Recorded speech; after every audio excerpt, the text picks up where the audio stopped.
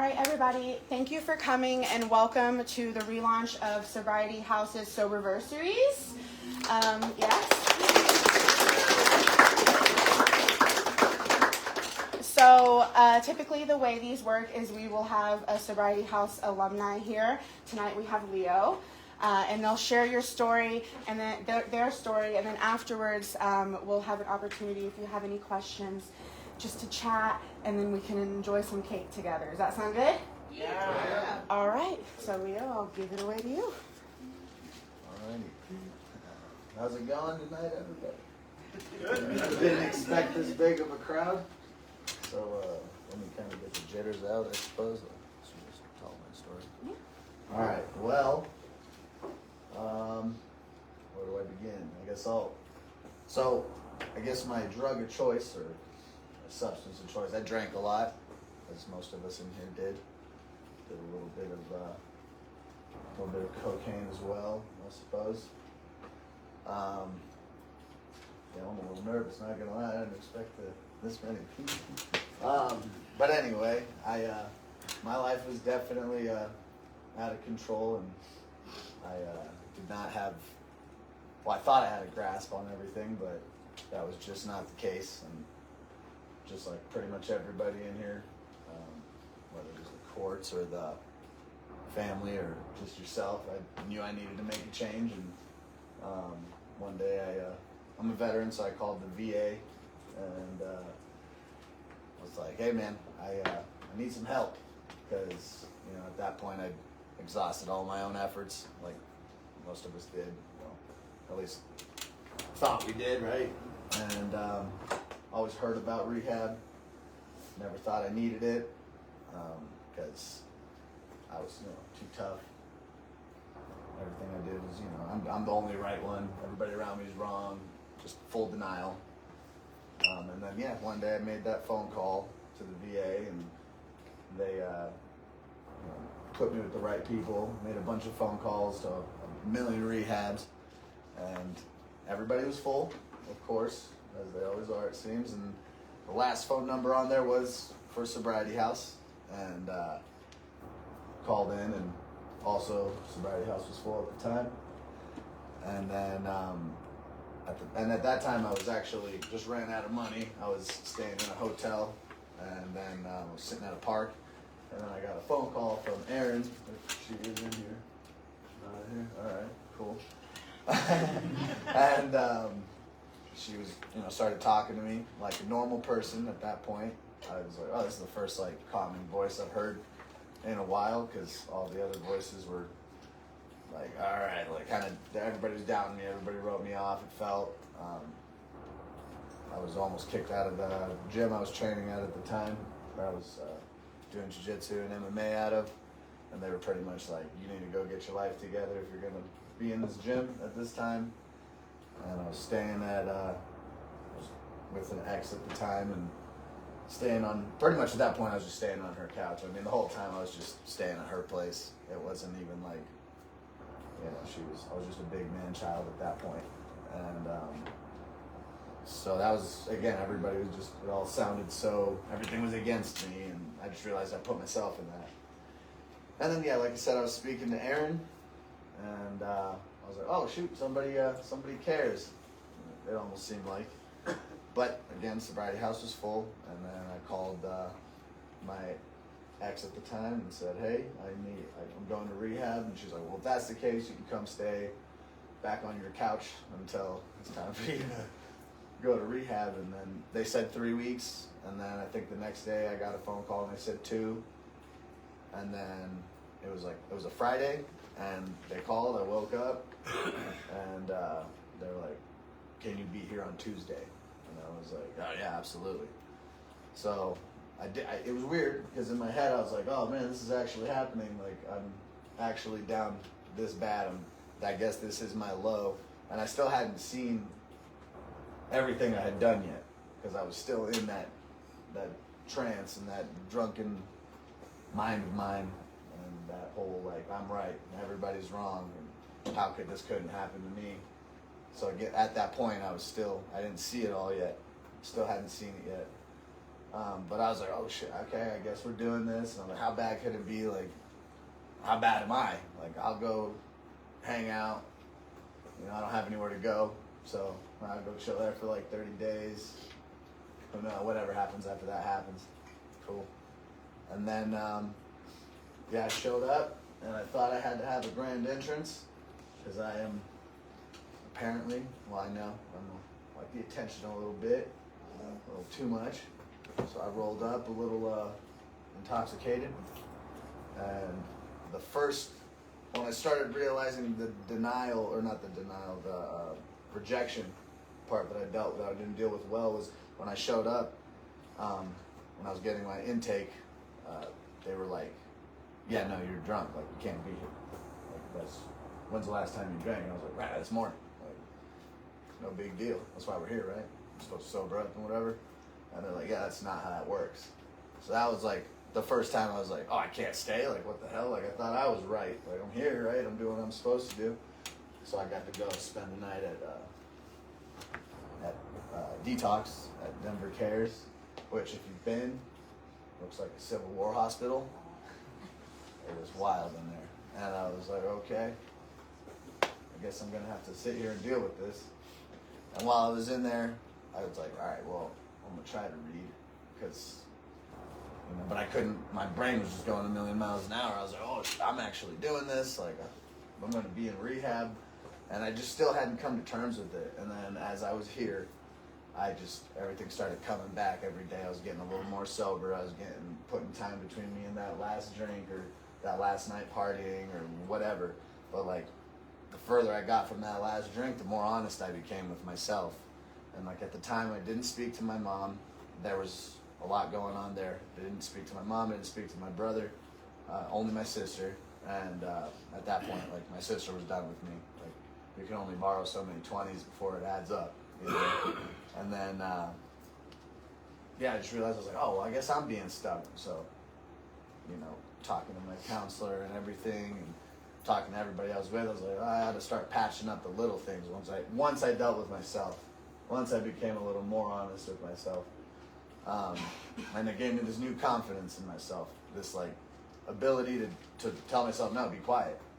Like, you're not right. Just shut up and listen to what people are saying, because everybody sees what's happening except for me. And I'm the one controlling the game here, but I'm doing everything wrong, So the more I was honest with myself, the better I felt about it. And again, it developed this new confidence, and finished my 28 days, and then obviously went to phase 2. That's everybody in here's phase 2, right? This is all phase 2? Mostly. All right, never mind. But yeah, I did my phase 2, and again, every day I was just trying to that one day at a time kind of concept that I think we've all dealt with, and that's so true. Like, just being like, whatever, like, all right, tomorrow, whatever happens, happens. But at least for today, I'll keep it real with myself. Whatever happens, I'm not worried about it. The plan is, look, I'm just going to get to tomorrow. And then sometimes that turns into a 4 or 5 day thing where you're like, you got to wake up and be like, man, I'm going to do whatever I want.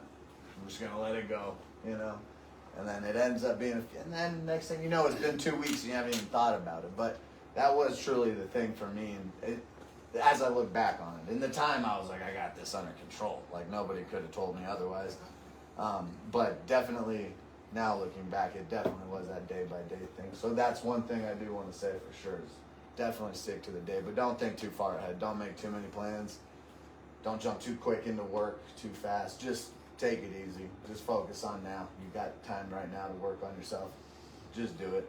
You're not going to think about it in 10 years when you're where you want to be, or even in a year when you're where you want to be. But as I left again, I was building all this confidence and this traction, and then one of the first little roadblocks I had outside of, or while I was here, was I took a fight at the time. I was supposed to fight in August, and I think you guys were all here for that. You were here for that, I believe. And did the whole fight camp while I was living here, out of the gym that I was training at, all the way up to weigh-ins. They gave me a weekend pass. went to weigh-ins, made weight, and my opponent showed up in the last 10 minutes, and he missed weight by, I say 10 pounds, but I can say what I want because I was the one that made weight. And the fight was off. And that was just absolutely heartbreaking because I was just like, wow, I came here to fix my life and to get on track and to do all these things, and now I'm like, oh my God, like the one thing that I was like, this is keeping me sane, it just fell apart. But that like played into everything, that like this whole thing is, that was the day by day, because I knew I'd have to start all over, and I did, and that went fine. And, you know, life moved on from that. And then so I was like, okay, cool, well, what's my next step? I need to figure out how to successfully not get out of here, because I still come back here often and, you know, see Jacob and I see Joe every day. But, you know, I was like, okay, what's the next step? And that's when Gaylord was always kind of on my radar. Since I walked in, I set that as like a reasonable goal, something that was achievable in time. So I just completely turned my sights on that, and that was the next closest alligator to the boat. So I started game planning for that. And again, it was just one step, one day at a time. So it was like, all right, well, I think at the time I did have the job. I was working at that car wash over there. They don't pay well. That's fine. But we got past that. But I was over there, and I was like, okay. I ended up getting a different job, and then that's when I got kind of down to the nitty-gritty with Jacob.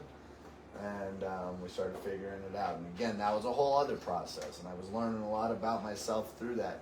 Because at that time, like, I hadn't been too self-sufficient at that point. And I realize that now. Again, if you would have told me that then, I'd have been like, yeah, okay. Like, I know everything, guys. I don't know if you knew that, but that was 100% my mindset. And then I just trusted the people around me.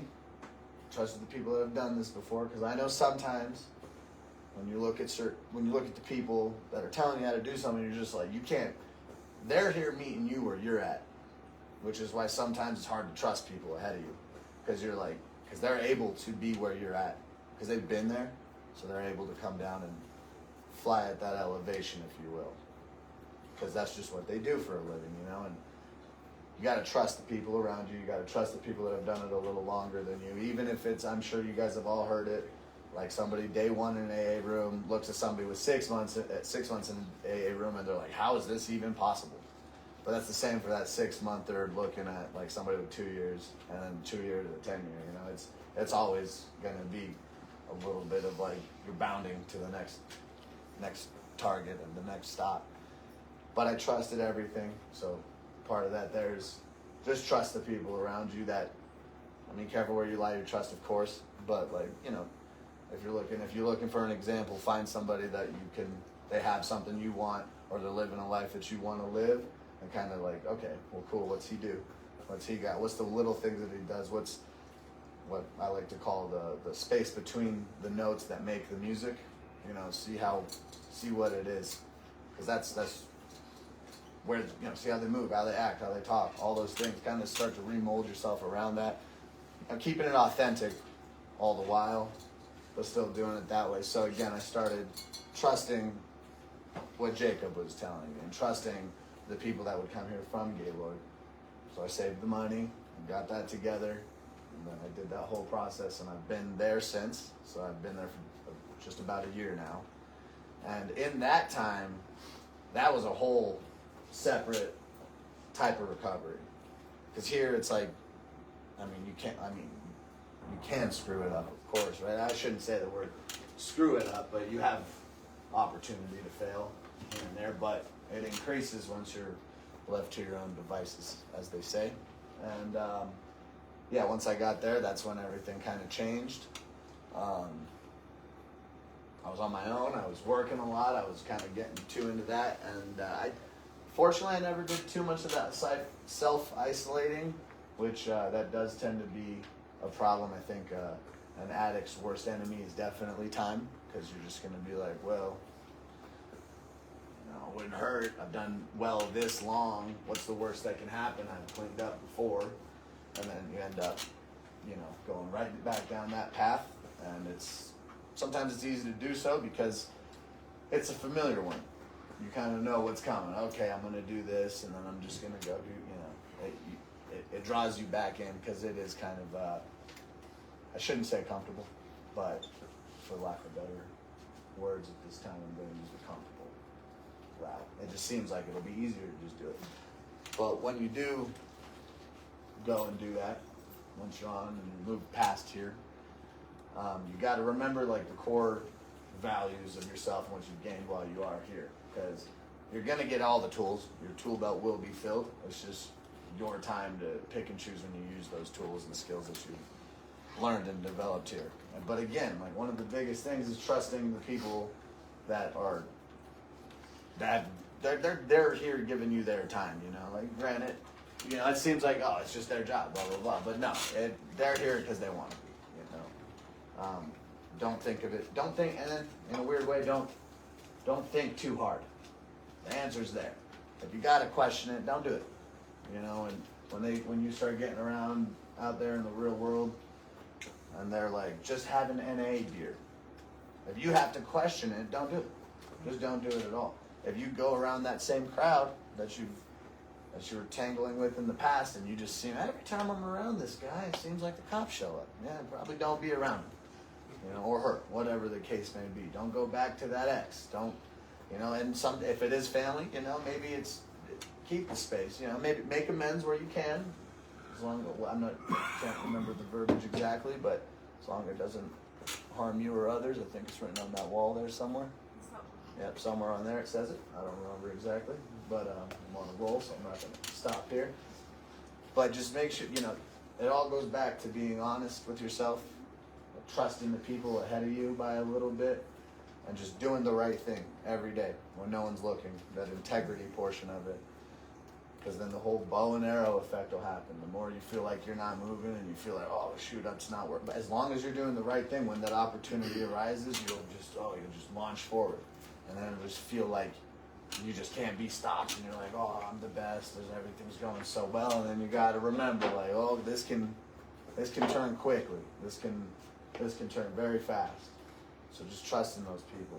Trust in yourself, because you're doing it right now. There's no difference between whatever day you're at now, like say you're at 16 days, or you're at 17 days, or you're at even 100 days. There's no difference from that day and then when you talk to those guys in the rooms or girls in the rooms that are like, I'm at 20 years, I guarantee you they'll tell you that day is the same. They just had more experience dealing with it. Dealing with the cravings, dealing with the needs and those wants, that falsehood that addiction tells you. It says, oh, you need to do this, you need to be this way, but with that said, like as I've gone down the road, I found myself kind of separating myself a little bit from AA. I didn't stop going as much, and found myself kind of coming here less, which is, I started noticing, like, I was doing fine. I was, I'm sober. I'm doing everything right. Kicked the cigarettes, and boy, that was a motherfucker. Excuse my language, but that was rough. But I kicked the smokes. I started doing everything I was supposed to do correctly, and I just kept reminding myself that I had to do everything correct day by day. And then when I got the opportunity, when I was called to do this, I was super excited because at that time, it had been about a month since I'd done anything recovery related, besides like my other stuff that I do as far as like training and working, and I was doing too much of those two things, and it was kind of messing with my head. So once I had the opportunity to come here with you guys, I got real excited because I was like, oh sweet, like there's gonna be people there that are like me, and we're not different. None of us in here are different. Like, yeah, we might come from different places, but you could look around the room and see everybody, different colors, different whatever you want to say, however you want to, and we all got one thing in common, and that's that something we were doing to ourselves, unfortunately, had control of us, so we didn't have ourselves fully. So while you're here, try to find yourself, see what you left out there, see what you forgot about yourself, and see what you can like implement more in yourself. And you only have so much time left, right? There's one thing that you have in this life that you cannot get back, but you are guaranteed every day, and that is time. So you can't sit here too much thinking about what has happened, because it's already happened. Like, what if you could wake up, 10 years ago? Yeah, well, what if? You know what I mean? You're good, don't worry about it. Very sorry. It's good, perfect time. I can drink some water. Take a ball too, please.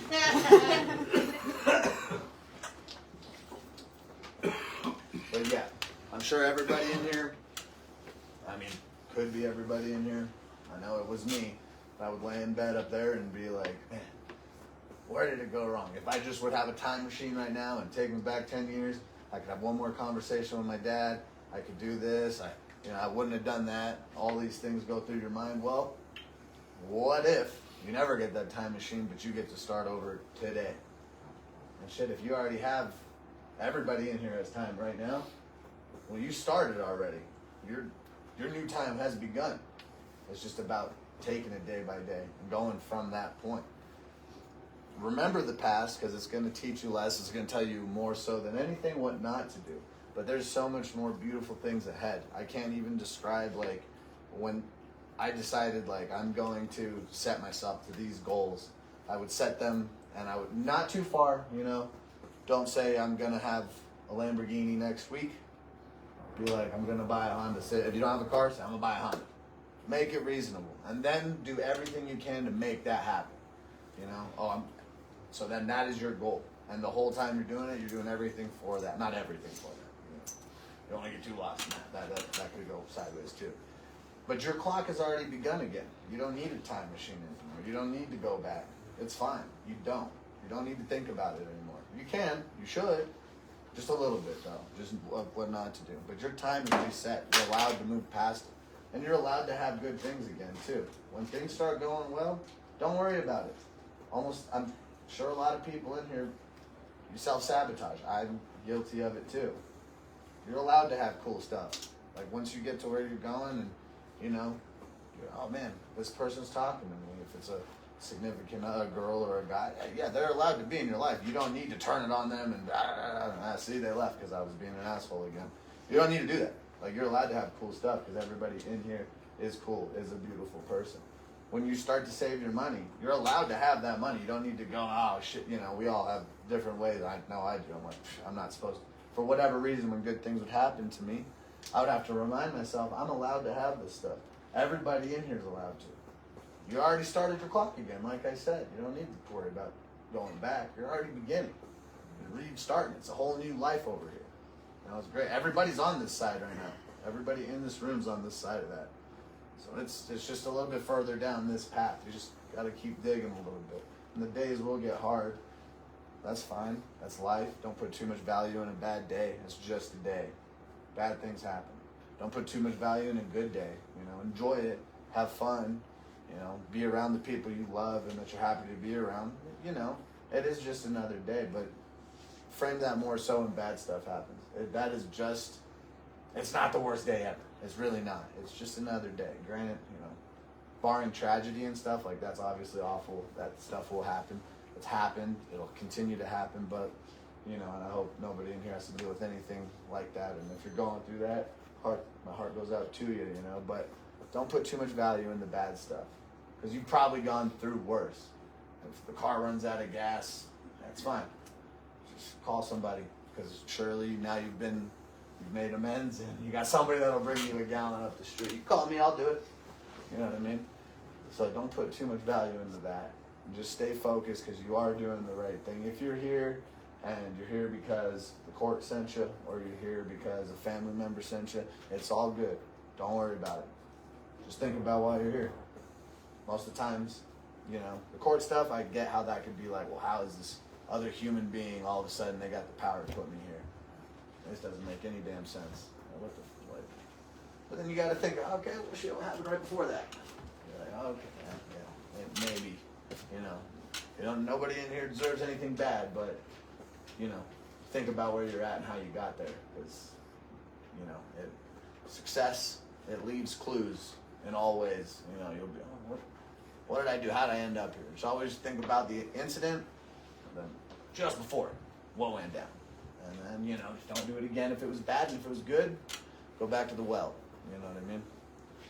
So, yeah, I don't know, I think I kind of went in like 50 directions there. Hope you all have kept up. Hope you all heard me. So, yeah. Are you open to questions? Sure, yeah, what time do it? Any questions? Sir. Yeah, so you spoke very well to coming out of the self-centered pride. Sure. Most of our clients in here have done their life story.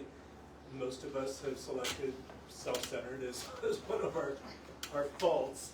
And then you talked about the transition to confidence. And they're two very different things. Sometimes people can confuse them, but as you become more confident, I guess what I would ask is what are your red flags to going back into pride? Because that's a pretty easy step as well if we're not intentional about it. Does that make sense? Yeah. So, what I would say, just, I don't know where you guys are all at with God, that's a personal thing, but when God gives you something, he or she or whatever you put that faith into, can take it away that fast.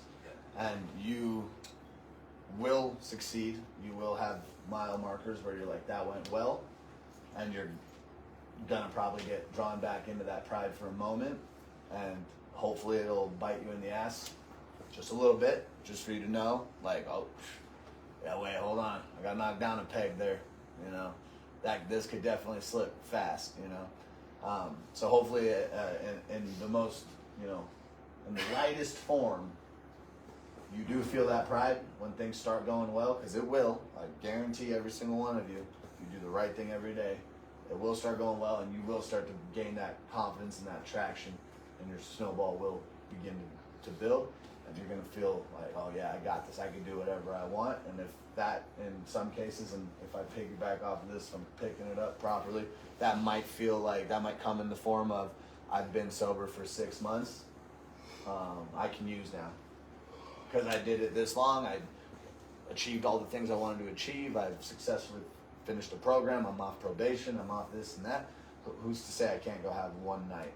And if that's how the pride shows up, that's when you're going to take your ass to bed that night, because you need to be sober. Because you don't want, that'll turn on you. So if the pride does come back in the form of using, which is in a lot of cases how we end up here in the first place, you need to bring it back, go down your gratitude list. That's a huge one. How did I get here? Again, what happened right before the good thing happened? What happened right before the bad thing happened? When the good thing happens and you start getting that confidence, all right, well, what did I do? Well, where was I a year ago? Where was I the day before I walked in here? The day before I got sober, wherever you were when that happened? I was here, okay. Was I having this success then? No? Okay, well, how did I get to the point where I have this success now? That's making me think that I'm able to go back and do that. And then be like, okay, well, it's because I got sober, I got clean, I'm working an honest program, you know, and it's because I got a job, it's because I've made amends with certain people, it's because I've forgiven myself for certain things. So, if I do this again today, well, all that's gone. Not that it wouldn't mean anything, but it just, you'll have to go back through this process. And I know it's a pain in the ass, just like all of you know it's a pain in the ass. So that's probably the long-winded way of saying, you know, be humble. Whatever, you know, close enough. Any other questions? So where do you work now? I work for a restaurant across the street called Rap City. Yeah, so do that, and then I train full time during the day, and then I just work there in the evenings as a server. So yeah, hopefully I'll be fighting full time, not having to worry about any of that. So until then, what can I get you to drink today? Have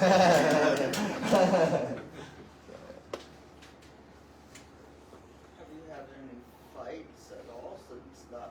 Yep, fell through? yeah. I fought, and then I'll be fighting December 14th. Hopefully, I'll get my contract this next week, so I'll be fighting pretty soon, about 2 months, or 16. So 2 months from today, I should be done and out of that cage with another win. Hopefully, well, I will. Have you won the majority of your fights? Yeah. So. Are you stretching? No.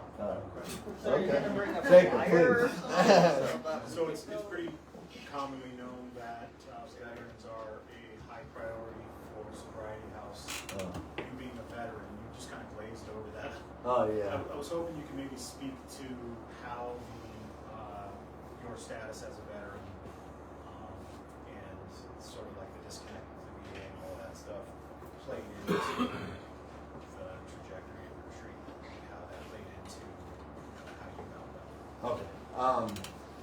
So yeah, I did glance over that real quick. I was in the Army from 2014 to 2019. I was an infantryman, a machine gunner. I was at Fort Drum, New York, 1st Brigade, 87th Infantry Regiment. If there's any veterans in here, thank you for your service. Yeah, with that, it was. Well, honestly, I didn't really get too much into the VA until I decided to go to treatment. I didn't have my service-connected disabilities from anything that was sustained in the Army. Jacob, I'm assuming he still is, but he's got connections, I should say. Not connections, but you have the, you know. He has the ability to get you connected with the VA. When I came in, again, I literally just opened up my claim with them to just get here and start getting my benefits. And while I was here, he was able to get me all the right phone numbers and get me to the right people.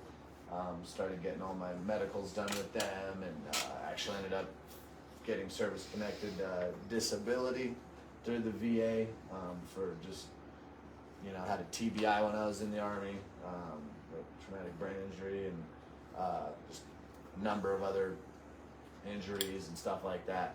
So I was able to get with them, and they were able to work the claim process with me.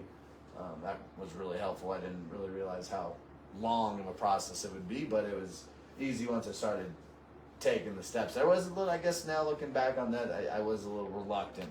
I didn't really need help, just like all the other parts of my life where I didn't think I needed help. I thought I was just going to get through it all on my own and I'd be just fine.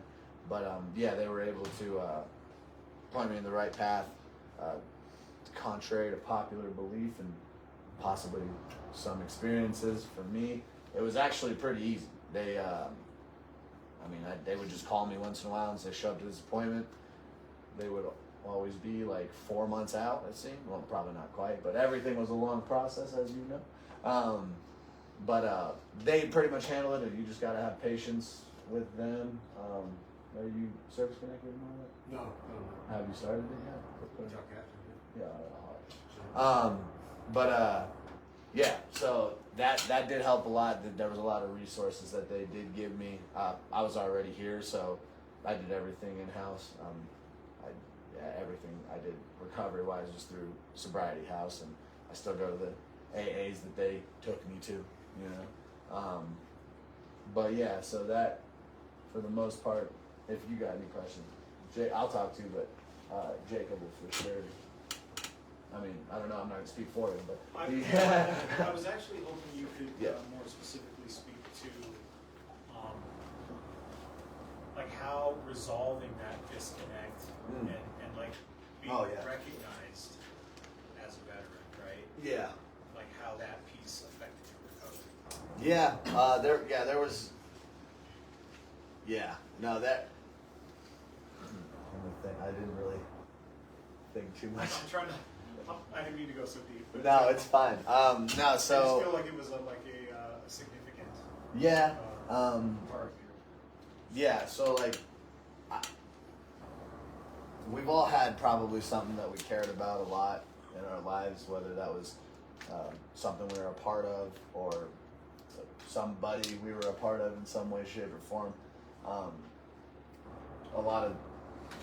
Sometimes it might feel like there's some unfilled shoes, or maybe you didn't achieve all the things you wanted to in whatever endeavor you were going down at that time, and that was definitely a part of when I got here. I started realizing I kind of felt unfulfilled in a lot of ways, and you know, certain things didn't go my way when I was in, and there was just a part of me that I realized as I, kind of started figuring more about myself, which was shocking for how much I didn't know. But yeah, I held on to a lot of things I couldn't necessarily, I wouldn't say forgive myself for, but like more so couldn't quite, I don't know how to word this. I'm sorry. I don't know. That one's a little touch and go on that subject. I can't really. I don't know. I'll talk to you after. Another question? Thank you, Jake.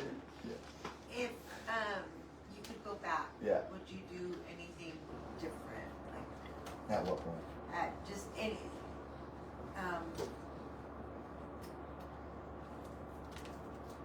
something you could have done or done better, or Just all. something that you did that you wish you wouldn't have, or just anything. If you could go back, what In life and okay, so as far the as start like, of your journey?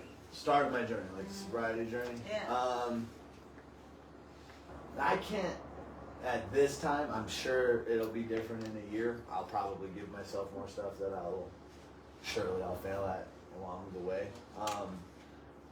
Started sooner is definitely one of them. Probably would have, if I could have. I can't.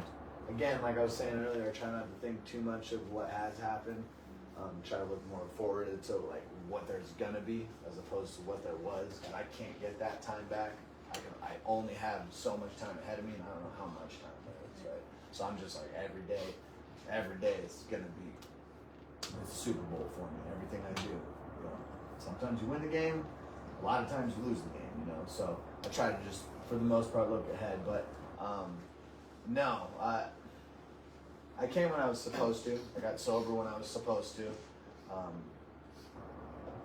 Now, if like I truly could go way further back, yeah, I mean, I'm sure I could think of 100 things, right? But like as it relates directly to when my journey began as getting sober, is no, I think I could say there's things I would have done different, but like I'm here now, and it's pretty all right. It's not great. I'm still dealing with a million things, and I'm still. I'll be 18 months sober on the 2nd of next month, and there's still things that skeletons still coming out of the closet from before my last drink even. So it's not always perfect, it's not always great, but I've just found this way to trick myself into being like, cool, like whatever, what's next? We'll deal with it. We got it now. Now there's no running. Like that's why I was drinking.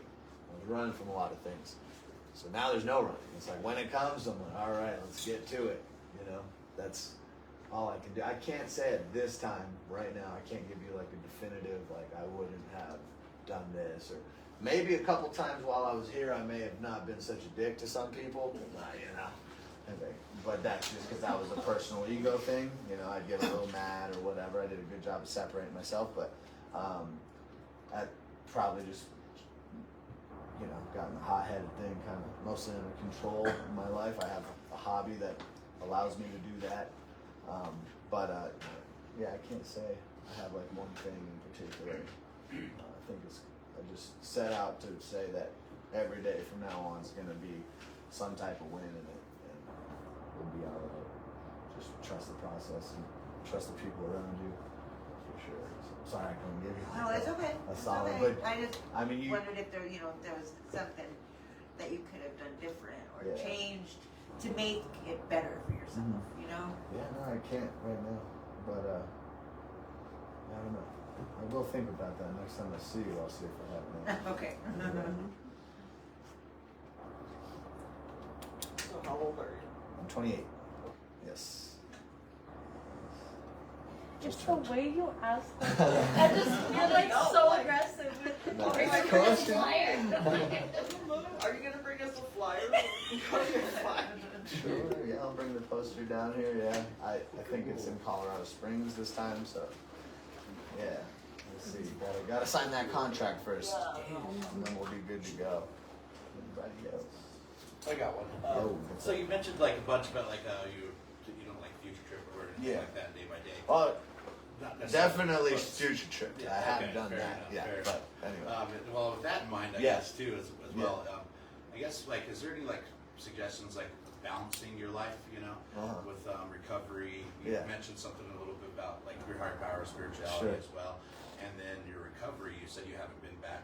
Just like the first month about being back with anything recovery related. Mhm. I was just curious, like if there's like some sort of balance that you've been managing to do to keep yourself this sober for so long. And Yeah. if there's any like suggestions that to go about it. Yeah, that's a good question because that future trip happens like you at any given moment you could be in the middle of something fun and you're like, oh my god, I gotta fix my credit score.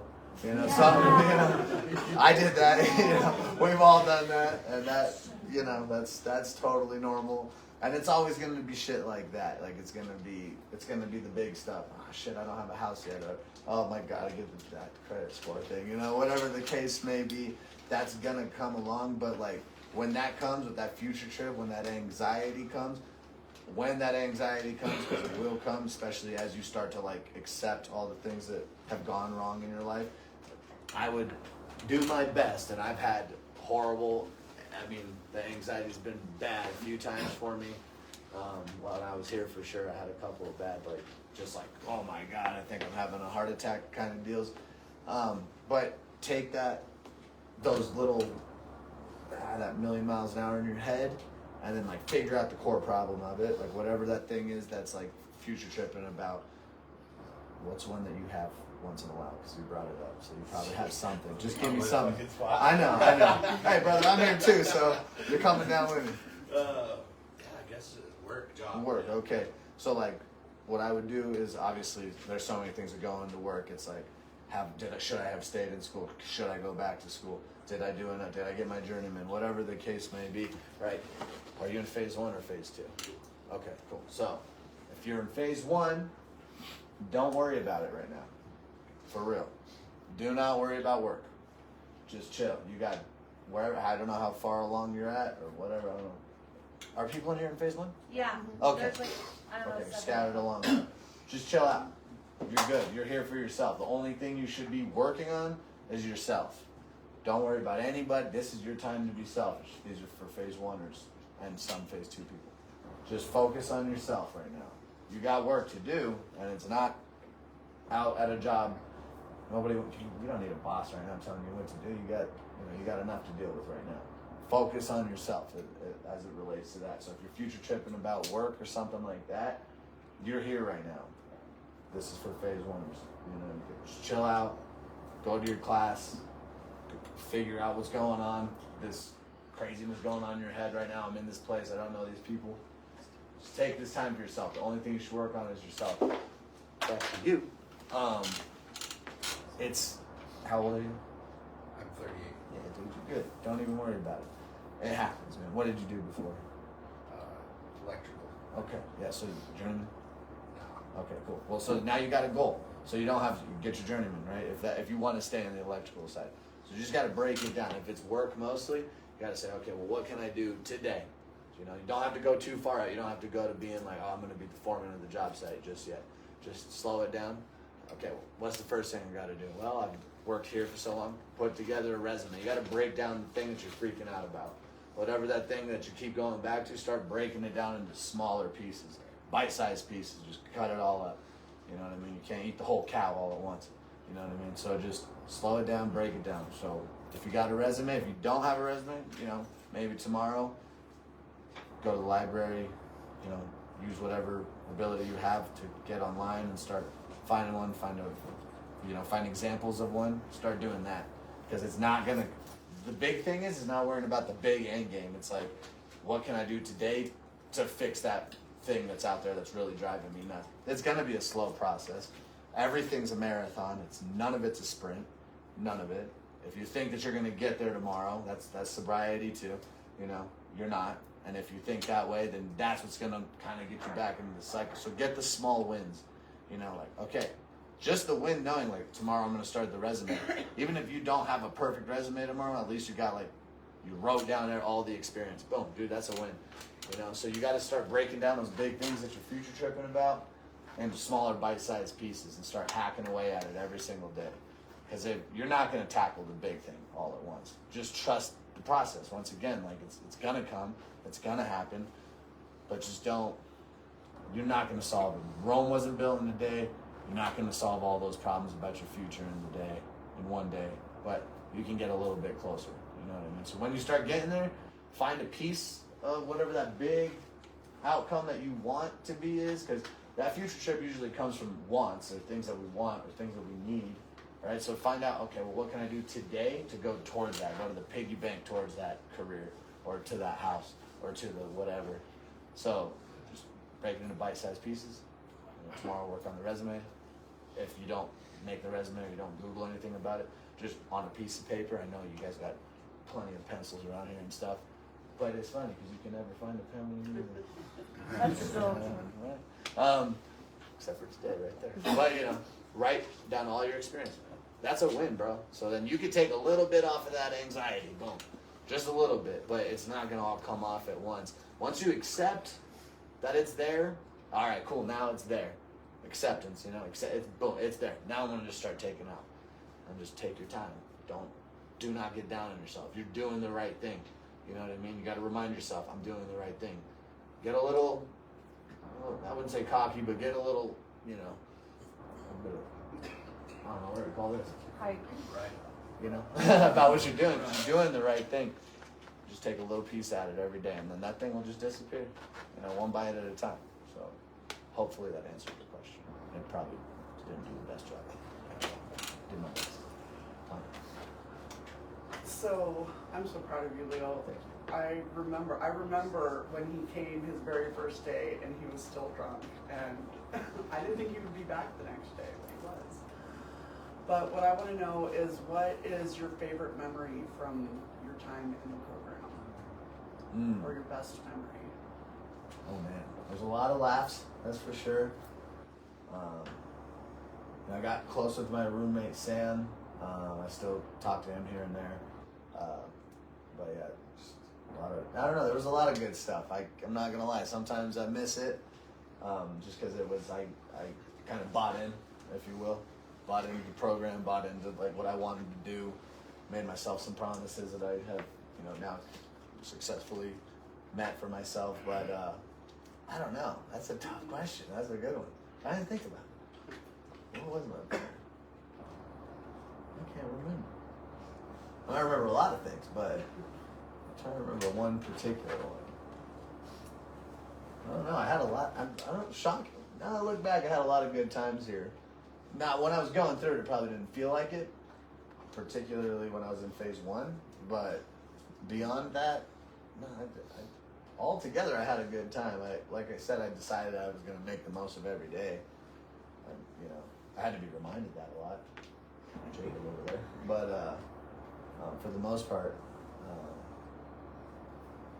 I can't. One thing doesn't stick out. I'm sorry, I couldn't see it 100%. Hearing back there. I got 2 more questions in me, and then I gotta get moving. Hey, what's up, dude? Haven't seen you in a while. How and what did you do to leave the cigarettes? I don't know if it was big too. Oh man, I'll be honest with you. I was in, so I know that's not like the best answer, but I just thought, you know, as far as the addictive chemical of nicotine, I kind of through all my research, as in YouTube videos, I found out that it was the nicotine that was going to give me the problems, and a lot of it I was like freaking out about, like, oh my god, I'm going to have a headache and all this stuff. But I kind of I weaned off, went to the Zins, didn't do the 6 milligram because that was, I was like, well, if I'm trying to get lower on this thing, then I just need a little bit to kind of, get me there. But my sport kind of helps a lot because I'm like, I need my cardio. Because getting the nicotine, it's bad for your heart. Don't listen to people where they say it's not good for you. It's not great for your heart.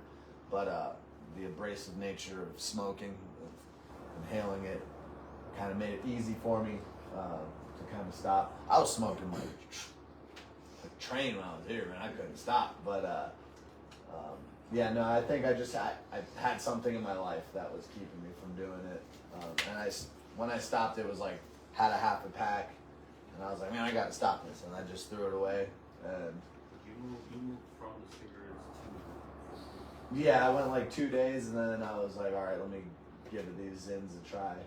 And then I I think I had some Zins before that even. I don't know. When I fully did, I was probably Zinning at the same time. Now I was doing it. I was smoking the vape. I was doing all the crap. But yeah, no, I fully Zinned only when I completely tried to stop. I went like 2 days without anything, and then I started Zinning. Whenever I wanted to smoke, I'd like push it off, and then I'd pop a Zin, and then stop that for a while. And then like a month ago, somebody at work was like, "You want a Zin?" And I was like, "No," but yeah. So I did, and then I've kind of been doing them here and there since, and it's kind of, it's nice to get that little like ooh, but I don't recommend it if you stop it. If you stop the smokes, if you successfully stop smoking, don't go to something else. The Zin is a nice way to, you'll start feeling the immediate benefits of not smoking within like days, especially if you're smoking like more than like 4 cigarettes a day. You'll start feeling that instantly. That's my experience at least. So I feel like that one's a little bit harder to answer. That's a tough one because that is, because it's easy to also like if you stop buying cigarettes. Well, you did, so I had to ask how. Dude, that's okay. Now I may have said, be honest with yourself, but sometimes I lie to myself, and that was one of them. I was like, I hate these things. And sometimes I'm like, man, I really would, a cigarette would not hurt. But I did, in a way, I kind of lied to myself. But again, it was easier because I have to have my lungs with me for fighting because you don't want to get winded in a fight. That'd be an embarrassing way to lose. I'd rather get knocked out than be tired. And then be like, look at him, he's crawling around. So it's already embarrassing if you lose enough in your underwear in a steel cage. More so if you're like, so yeah. I got one more in me, and I got to roll if anybody's got one. All right. Well, thank you all so much for coming. Thank you, Leo, for Thank sharing. you.